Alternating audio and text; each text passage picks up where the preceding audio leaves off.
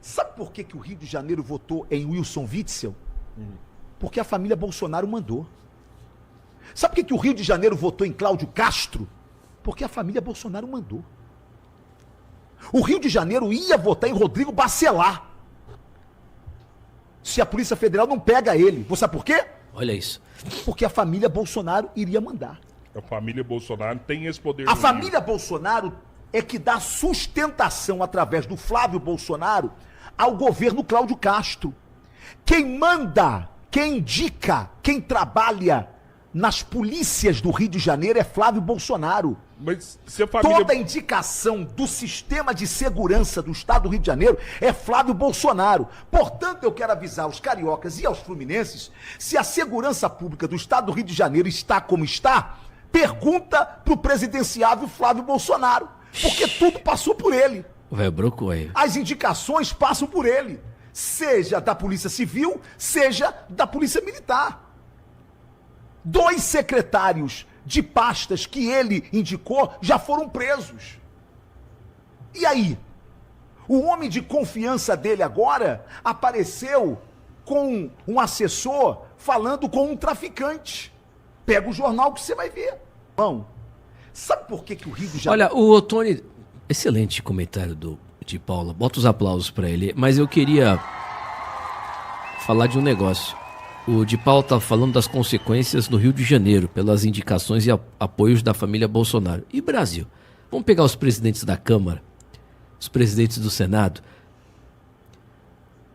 ministros do STF, operações contra a corrupção que foram sabotadas, que derreteram. Tudo isso que eu estou dizendo por causa da família Bolsonaro. Vamos falar dos principais partidos do centrão do Brasil hoje, o principal entrave a política brasileira, que é essa malignidade chamada centrão. O principal partido hoje foi criado por quem? As pessoas não sabem. Pelo Bolsonaro. Mas é verdade, cara. Eu não estou querendo fazer campanha contra o sujeito. Estou falando de dados aqui. Quem elegeu Alcolumbre? Presidente do Senado. O mesmo Alcolumbre que está dizendo para todo mundo, não está nem aí. Cara, sabe, cara de pau, dizendo que não vai botar a CPI do Banco Master. Quem apoiou Alcolumbre? Quem apoiou o Hugo Mota, presidente da Câmara dos Deputados? Os dois que estão emperrando o principal escândalo de corrupção e o combate a esse escândalo no Legislativo. Hugo Mota e Alcolumbre. Quem pediu votos para o Hugo Mota? Quem apoiou? Bolsonaro. O Bolsonaro é o responsável pelas principais desgraças que nós temos no Brasil hoje. Quem disse que com Lula candidato seria melhor, o Lula eleito, elegível seria melhor? Jair Bolsonaro. Lula é presidente hoje graças a Jair Messias Bolsonaro. Quem deu o voto de elegibilidade que garantiu o retorno de Lula à sua elegibilidade foi o Nelson Ned. Ministro Nunes Marques, colocado por quem? Jair Messias Bolsonaro. Nunes Marques, que já tinha sido colocado por Lula e Dilma em tribunais como desembargador por Dilma Rousseff, lá no Piauí. E na época recém-colocado por Bolsonaro, ou seja, não foi uma coisa... Não, passado petista. Eu me recordo que, inclusive, vários veículos de comunicação fizeram essa crítica. E naquela época, no auge bolsonarista, eles diziam: vocês não sabem de nada, é uma escolha, é uma articulação, é estratégia, calem a boca. Inclusive pra gente aqui. Não tinha brado na época, era um mês antes de abrir a brado, 2 meses. Tudo que não presta foi criado pelo Bolsonaro no Brasil hoje, principalmente a sabotagem à direita brasileira. Foi criada pelo Jair Bolsonaro. Vanessa Moreira. Com certeza, a gente tem uma família que, de fato, Timóteo, não tem como a gente contrapor isso. Sem dúvida, fez uma sabotagem gigantesca à direita brasileira e sempre sabotou, hoje está muito mais claro, né, mas sempre sabotou o combate à corrupção. Quando a Lava Jato foi ao fim, foi sepultada, disseram os Bolsonaro, a família inteira, que aquilo tinha que acontecer, afinal de contas já não era mais necessário o aparato da Lava Jato, já que a corrupção agora não era mais uma questão no nosso país, já tinha sido extinta. Hoje eu consigo entender por que eles acabaram com a Lava Jato, né? Porque se eles tivessem continuado, talvez essas coisas não tivessem sequer sido levadas adiante. Mas a gente teve o fim. A escolha da família Bolsonaro foi o fim da Lava Jato. Foi a soltura do Lula. Tudo, é impressionante, tudo tem responsabilidade de Jair Bolsonaro. A própria, tudo que não presta, própria tudo. soltura do Lula, Timóteo, eles não achavam que perderiam a eleição. Não acho que eles são agentes direto do PT. Mas quando eles soltaram o Lula, hoje está muito, muito límpido. Por que eles fizeram isso? Eles fizeram isso para sinalizar ao sistema.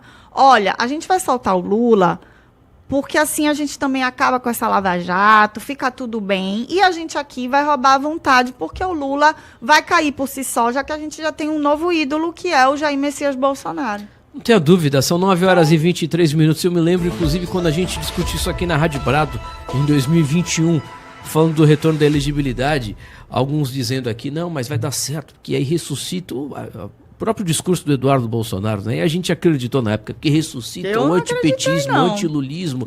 O Lula candidato é bom. É, meu querido, é bom, é o presidente hoje. E esses caras querem voltar. Eles querem voltar. Flávio Bolsonaro, um sujeito corrupto, podre. Família Bolsonaro. E a gente está falando de questões de política, de escolhas e de apoios, fora a corrupção, que até então, até 20 dias atrás, a gente não tinha ideia da magnitude, do tamanho, do peso do envolvimento deles com o caso Master. São agora 9 horas e 24 minutos. 9h24. As negociações para uma nova tentativa de fechar um acordo de delação premiada de Vorcaro começaram na semana passada em 2 reuniões separadas dos advogados dele com integrantes da PGR e delegados da PF.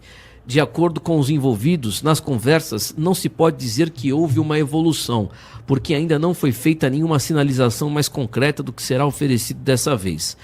Mas uma condição para evitar que a proposta seja rejeitada de novo já foi colocada nas 2 reuniões. Se quiser realmente um acordo, Vorcaro precisa parar de tentar se defender e realmente assumir os crimes. A primeira proposta, rejeitada no último dia 20, foi considerada insuficiente, por não revelar fatos que já tinham sido descobertos pelos investigadores e seletiva por tentar proteger pessoas e esconder coisas que deveriam ser óbvias. Mas, na avaliação de fontes ligadas à negociação, isso decorreu em boa parte do fato de que Vorcaro se recusava a admitir culpa nos fatos que levaram à sua prisão em novembro passado. O exemplo do senador Ciro Nogueira é exemplar.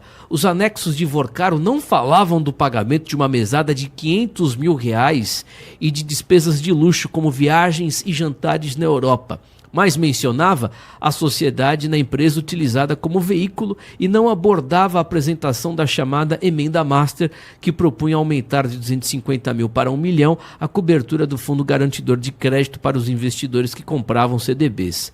De tão suave como senador, o capítulo sobre ele foi chamado por investigadores de a beatificação de Ciro.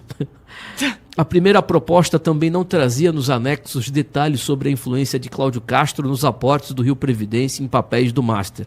Daí a constatação de um integrante da equipe que negocia com os advogados do Vorcaro. Se ele não mudar de postura, se não sair da defensiva e abandonar o discurso de vítima, de nada vai adiantar voltar com mais anexos. Ele precisa aceitar que uma delação presume confissão de crimes. Não é instrumento de defesa. Fecha aspas, diz o investigador da Polícia Federal. Os advogados do banqueiro também têm uma missão paralela: tentar reconstruir as pontes com o relator do caso, o ministro André Mendonça. Como mostrado aqui pelo blog da Malu Gaspar do jornal o Globo, os defensores de Vorcaro deixaram de ter acesso ao gabinete de Mendonça, que passou a se comunicar com eles apenas por escrito, por meio de petições, depois que José de Oliveira Lima, o advogado anterior, decidiu bancar a proposta oferecida por Vorcaro. Ao relator do caso, no STF, o ministro Mendonça, ele disse que apelaria à segunda turma da corte caso a colaboração não fosse homologada, o que foi encarado como uma ameaça pelo magistrado, que deixou de receber a equipe do banqueiro em seu gabinete. Com a rejeição da proposta, Vorcaro deixou a sala de Estado-Maior da Superintendência da PF, no Distrito Federal, e foi para uma cela de passagem que, segundo seus advogados, contava com instalações muito piores do que as carceragens pelas quais o banqueiro passou desde sua prisão em março passado. Posteriormente, Mendonça autorizou que o executivo voltasse à sala original, pela qual também passou o Bolsonaro, antes de ser transferido para o 19º Batalhão, lá da Papudinha. A decisão foi encarada como um reset nas tratativas. Cabe agora à defesa convencer Vorcaro a passar de vítima a culpado para conseguir avançar com um acordo. Reportagem da Malu Gaspar de hoje, Jornal Globo de hoje, são 9h28.